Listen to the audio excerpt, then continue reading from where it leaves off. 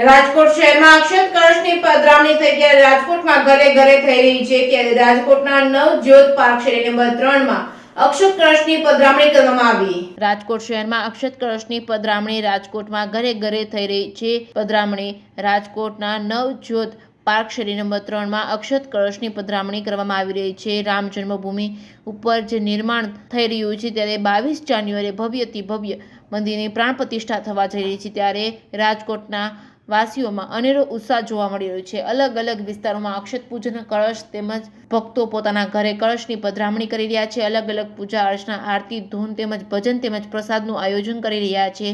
નવજ્યોત park શેરી number 3 માં પણ અક્ષત કળશની પધરામણી કરવામાં આવી રહી છે। શેરી ગલીઓમાં રહેતા તમામ રામ ભક્તોએ પોતાના ઘરે કળશ પધરાવી એક આ અવસરનો લાવો લીધો હતો, જેમાં સાંજના ભાગે સમૂહ ભજન તેમજ સુંદરકાંડના પાઠ રાખી અક્ષત કળશની અલગ અલગ ઉજવણી કરવામાં આવી રહી છે। Reporting by Arshi Ahir Upleta.